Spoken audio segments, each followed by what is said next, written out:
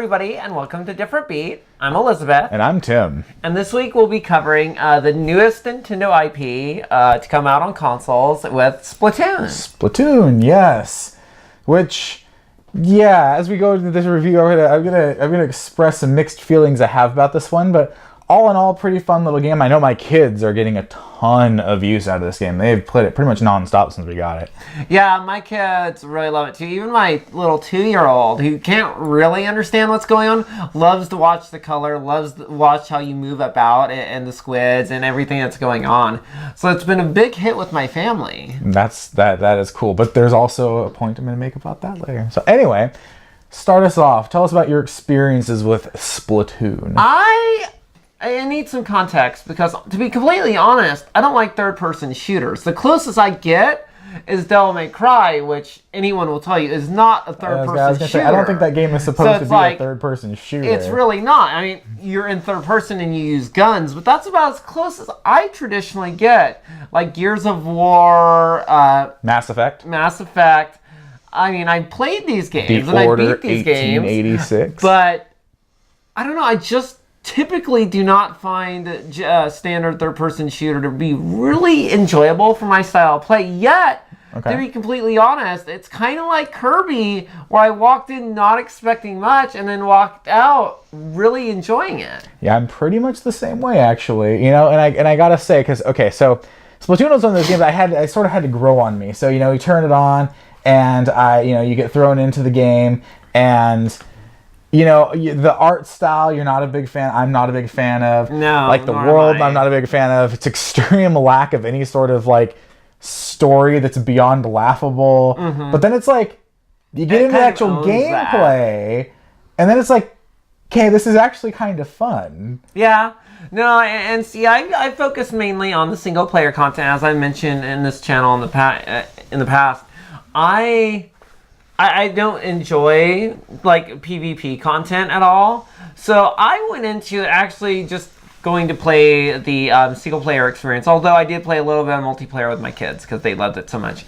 And honestly, I mean, the writing is stupid, and watching the announcers every time you load up the game is annoying, but even still, it's they didn't have so much of it. It was actually a problem. Thankfully, the story bits are very minor and very brief, and it doesn't hold you up outside of, again, the terrible loading decision to see the new maps each time.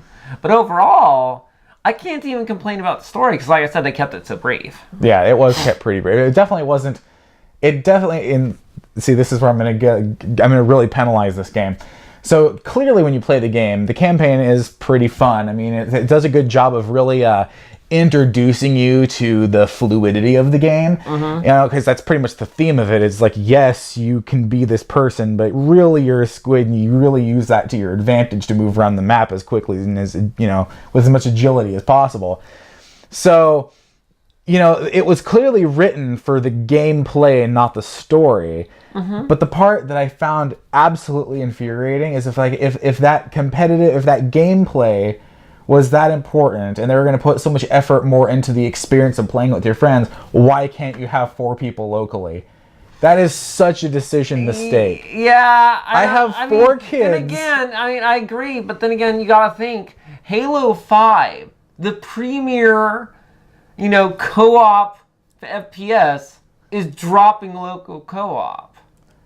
Okay. But my point... What does Halo have to do with this review of Splatoon? My point is, even major, primetime shooter developers are moving away from local, co-op. Yes, but... And PvP. Yes, but with such a family-friendly, clearly made that way to where the whole family can enjoy it, and then make it so it's, only 2 people locally, and you can get your 4-player action online. It's that's a mistake. It's you've made this family-friendly game. You obviously want people to play, probably families to play, because people are usually more willing to shell out $60 or $50 for a game that the whole family will enjoy. Well, then one of the kids will like this, so I'm going to pay this much money for it. That's so it's true. You're taking away some of its value by doing that, and it's just such a missed opportunity. Because, especially in today's day and age, where it's there's all this. all this drive to spend more time with your family and be active, and here's this game that the whole family is going to love, but only 2 people can play it at once. No, I mean, it's certainly a problem. And like, you would expect Nintendo to do, the local co-op thing. It's just surprising. It's such a surprising decision. At the same time, it's almost like it's the same exact reason, but like in reverse, that, they still don't have online multiplayer for Mario Party. It's like, this is the game that, if anything, needs multiplayer online. It doesn't have it. And it's just strange decisions. Yeah, so it's like, just sometimes they make those decisions that really, you're like, I gotta say, this comes across as just dumb. Yeah. Well, the gameplay I thought was really smooth. I mean, I thought Splatoon played really well. Mm-hmm. Probably, and I'm going to sort of give this game the same sort of praise I gave Kirby, in that the game is one of those things where it's like, when you just look at it, mm-hmm. doesn't seem that appealing. But when you actually play it and feel how clever the mechanics are to it, and how it just feels so unique. It's like, when I was playing Splatoon, there was kind of a learning curve, especially you trying to use the gamepad, and like, you can only turn on an X-axis with the thumbstick, and you gotta like use this one, move up and down, but then your camera doesn't always move with you. Mm-hmm. It's like you actually have to lean and turn the gamepad to shift your point of view. Well, you don't have to. You can actually turn that off in the menu and completely aim with analog sticks. You're right. But the thing is I tried that, but there was no way to adjust the sensitivity, and it was way too sensitive. Yeah. So it's like, at first I was like, all right, I'm gonna do this with thumbsticks, but I couldn't hit anything, because the moment I even go slightly right, my crosshair's like, whoop, and I'm like, no! And it was really annoying. I had to force myself to adjust, because I hate motion controls. There's only 2 times in games that motion controls work. And to me, weirdly, they're first person, and I hate first person games. Well, technically one was a third person game. It's Silent Hill Shattered Memories. Yeah. We don't do anything in it, so it doesn't matter.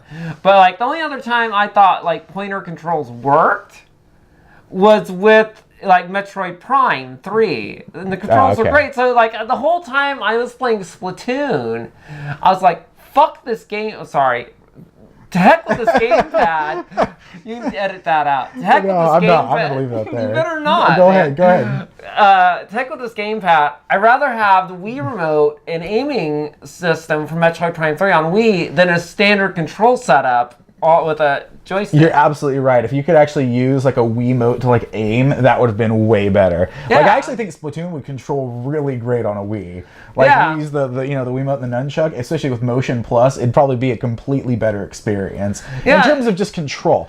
But I'm not going to say that the control hindered the gameplay per se, because you do find a way to sort of get into the rhythm of the controls, even though they're not very great overall.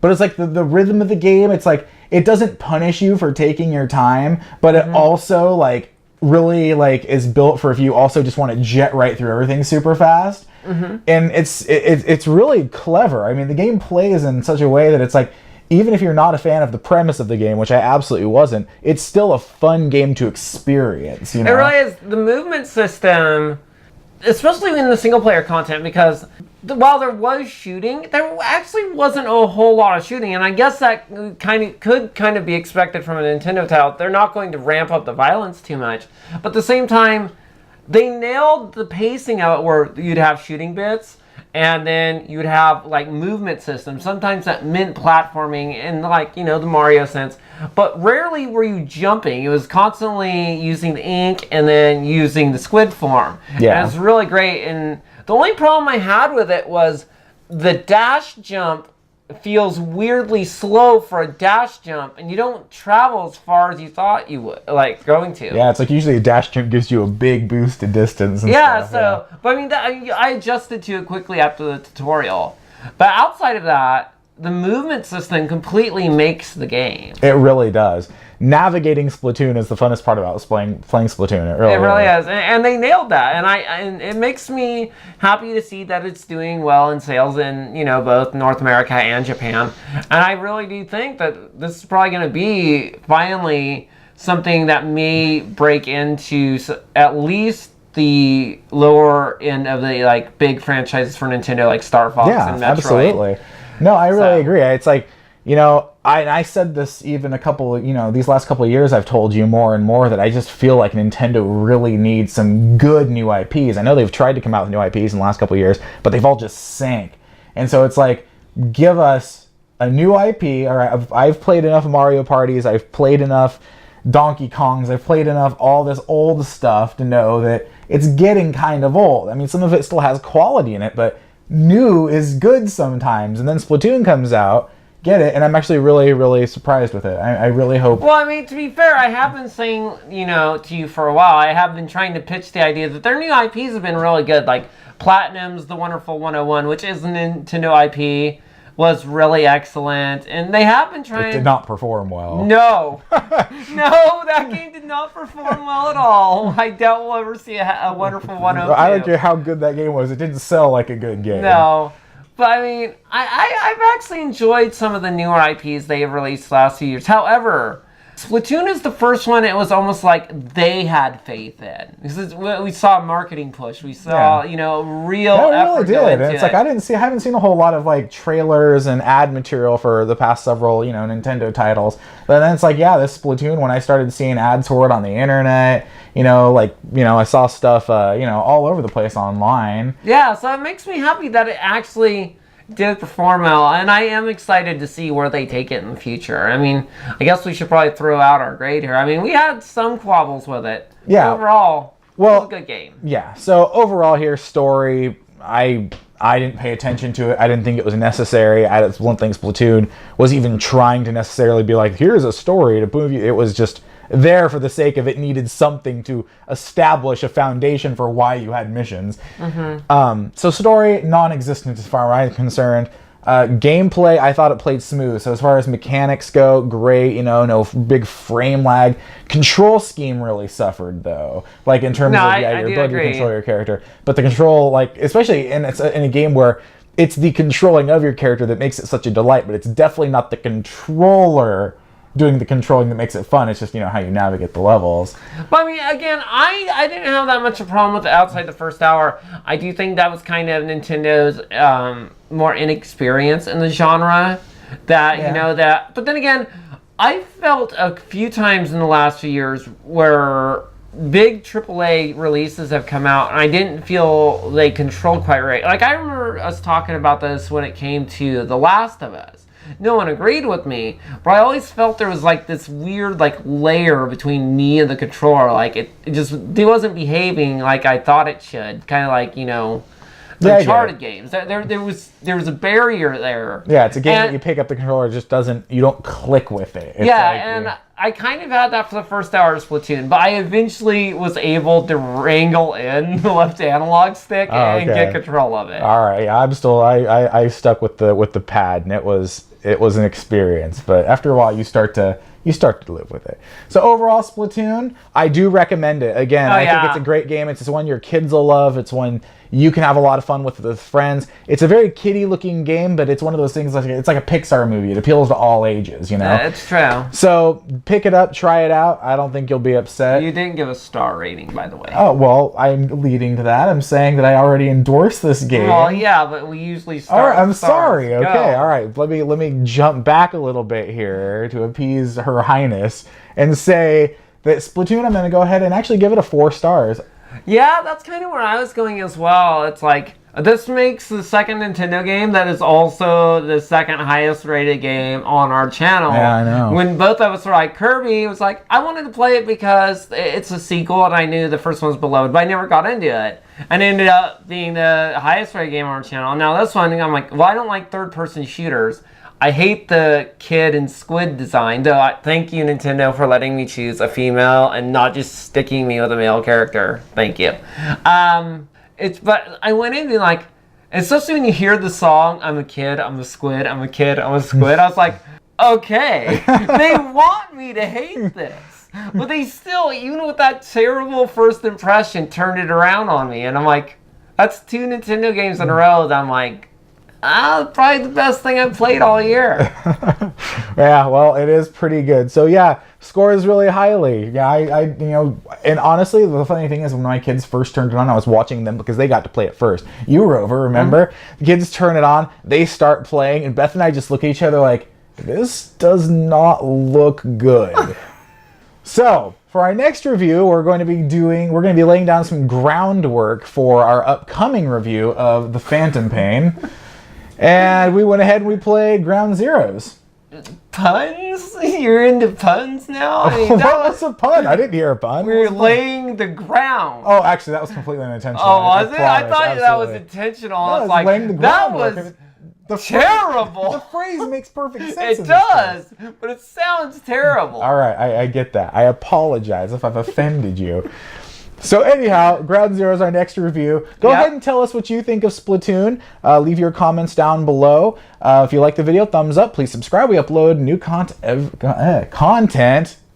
content every single Sunday. So check out our next one. Ground Zero should be interesting. I'm Tim. And I'm Elizabeth. Have a good night.